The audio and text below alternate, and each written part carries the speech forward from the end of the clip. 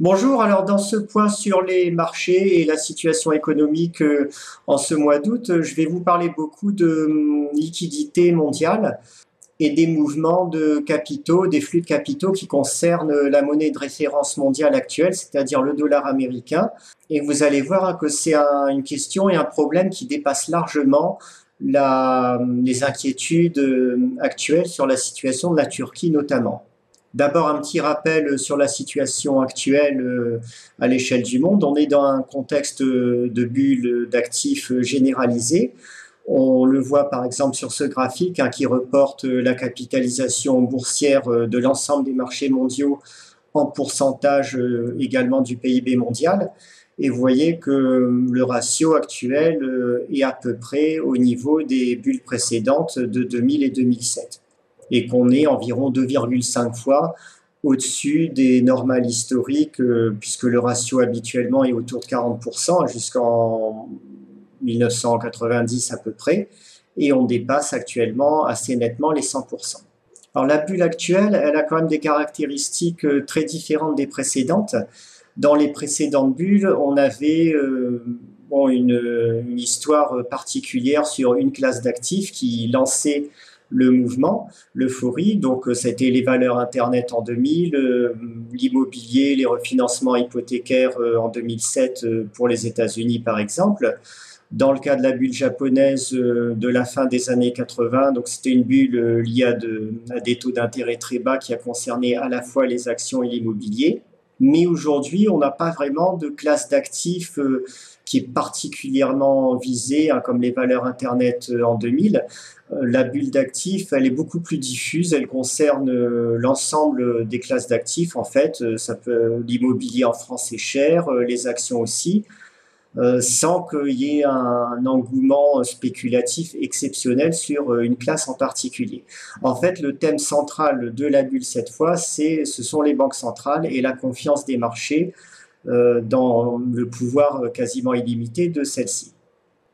Alors cette caractéristique de la bulle actuelle fait que lorsqu'elle implosera, les conséquences seront certainement beaucoup plus profondes et beaucoup plus importantes que pour les bulles de 2000 et 2008 et 2007-2008, parce que cette fois, c'est vraiment le cœur du système financier, le sommet du système financier qui est formé par les banques centrales, qui va être visé par la perte de confiance. Alors cet article de Zero Hedge dont je tire ces premiers graphiques, contient pas mal d'informations intéressantes sur le dollar américain et les mouvements de liquidité qui sont associés.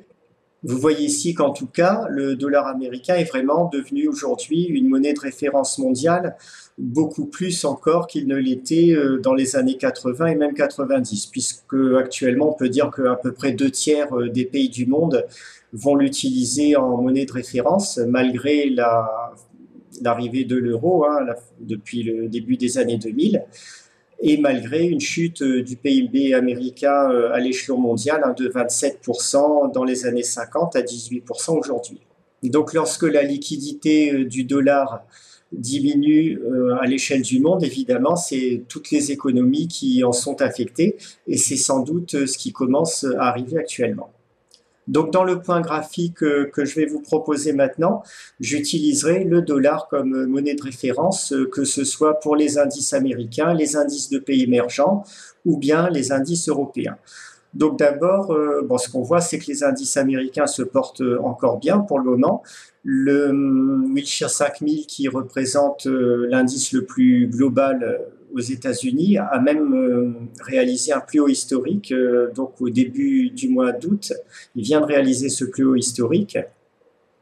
Et on est donc toujours dans une tendance haussière qui est régulière aux États-Unis, malgré ici l'accident du début d'année. Sur les marchés émergents, la situation elle est radicalement différente. Et vous voyez que ici, le retournement, il a eu lieu au début d'année 2018, en même temps que le mouvement de baisse aux États-Unis, mais qu'il n'y a pas eu de reprise depuis. On est en train d'entrer en marché baissier, avec des moyennes mobiles à 150 et 200 jours qui sont retournées à la baisse depuis l'été 2018 ici. Et vous voyez qu'en ce moment, on est tout près de signer de nouveaux plus bas sur cet indice des marchés émergents, qui est, donc je le répète ici, exprimé en dollars, puisqu'il s'agit d'un fonds répliquant les niveaux des marchés émergents, qui est coté aux États-Unis.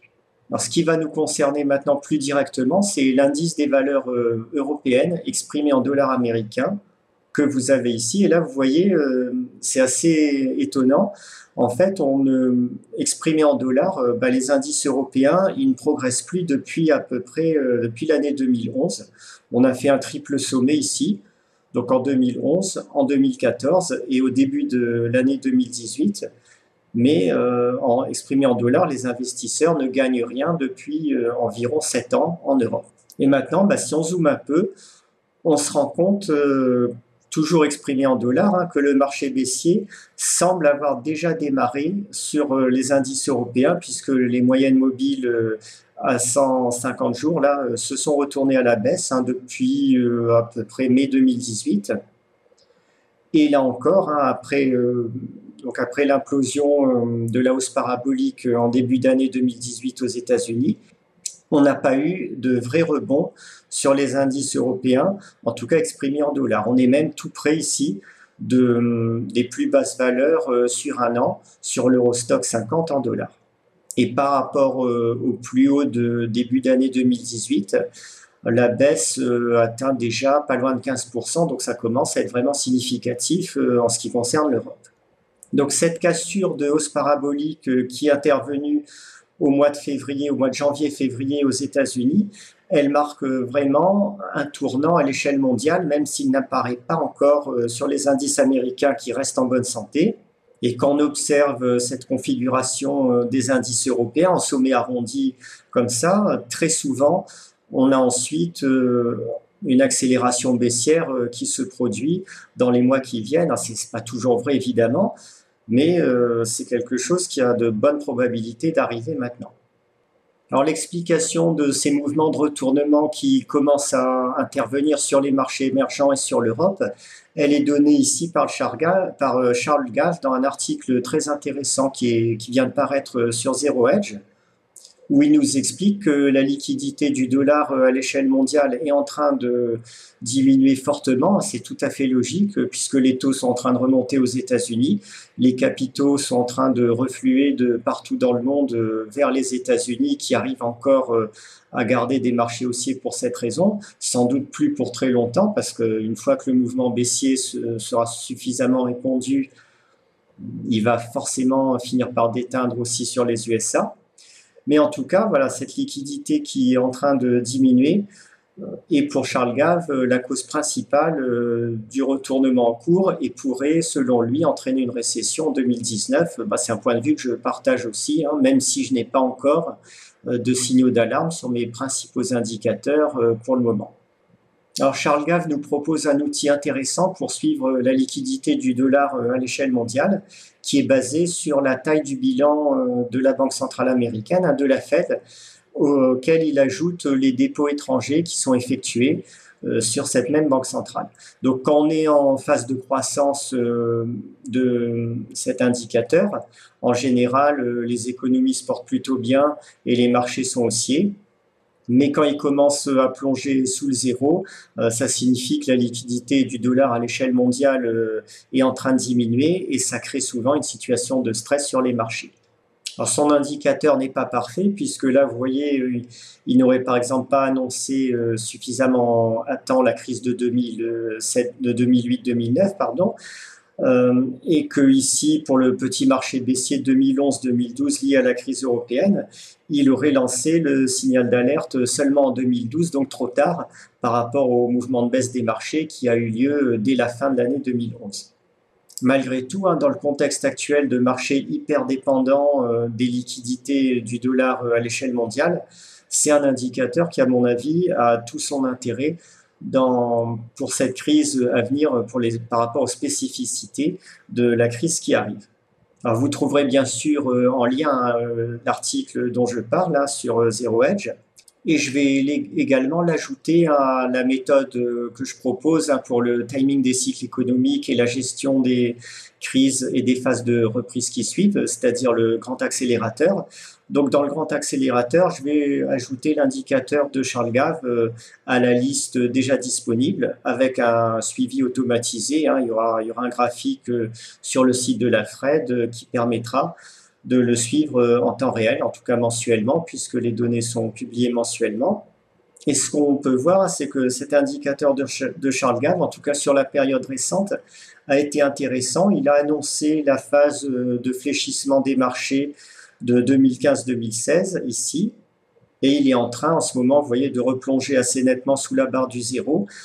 Donc il signale une réduction forte de la liquidité du dollar et pourrait déclencher dans les trimestres qui viennent également un nouveau retournement des marchés qui est déjà apparent en tout cas sur les indices européens exprimés en dollars.